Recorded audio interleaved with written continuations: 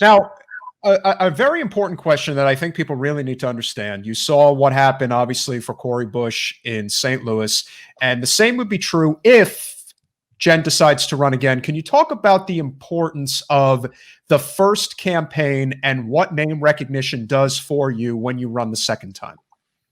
Absolutely. Name recognition is everything. And so, despite having a shoestring budget in the 2020 cycle, I raised $250,000 compared to the other primary opponent who spent about $20 million all told on the primary.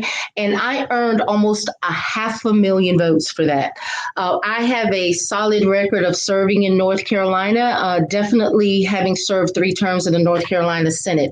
And so, what I can say is not so much about what is different about me, it's what's different about the electorate. And that's what's making this time differently. We've gone through a lot in 2020, from the COVID-19 pandemic to Black Lives Matter to protests surrounding the murder of George Floyd and Breonna Taylor and Ahmaud Arbery.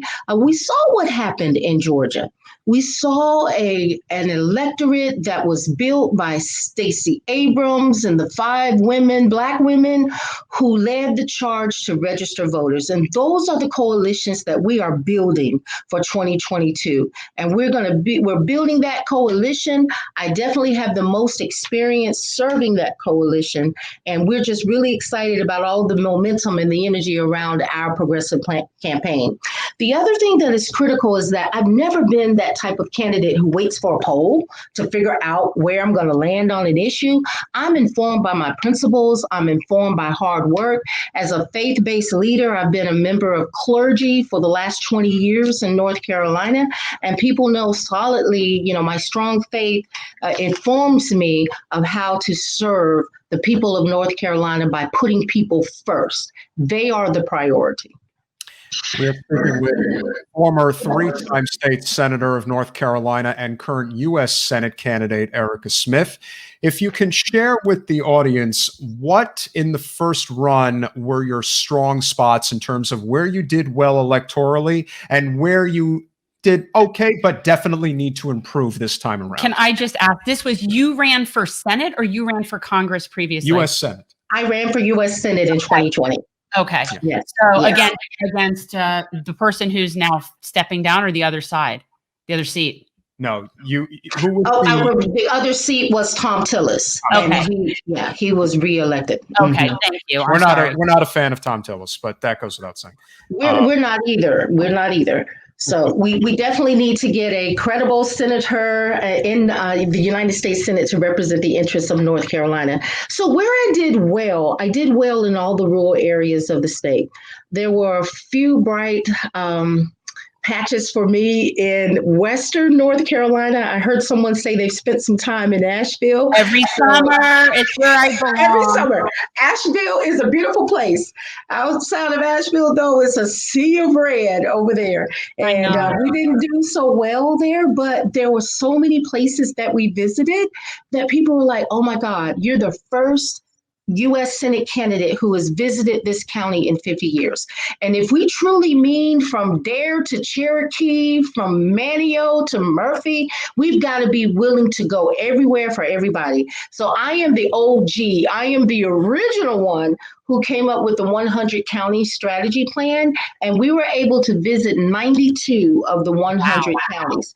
And mind you, this was being in Senate session full time from January 2019 through we got out the end of October, the first week of November of 2019. And so that left me only 4 months before the March primary to really get out and try to cover the rest of the state.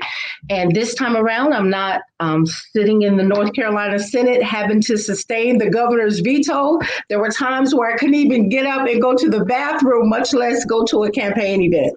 So definitely we have time. We're dialing for dollars furiously. We're able to start earlier because I am someone who believes in strong ethics in ethical compliance.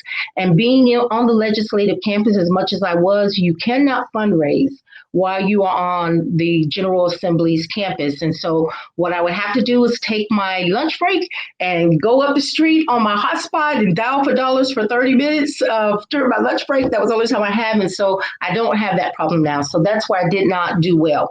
Where we did do well is if you look at a map and I'm blue and the other candidate, Democratic primary, let's say he's red, the whole northeastern corridor, even some red counties went for me. And so that's very exciting because the rural areas know me. In 2018, the News and Observer, our political Under the Dome section, ranked me one of the top 5 African Americans ready to lead statewide.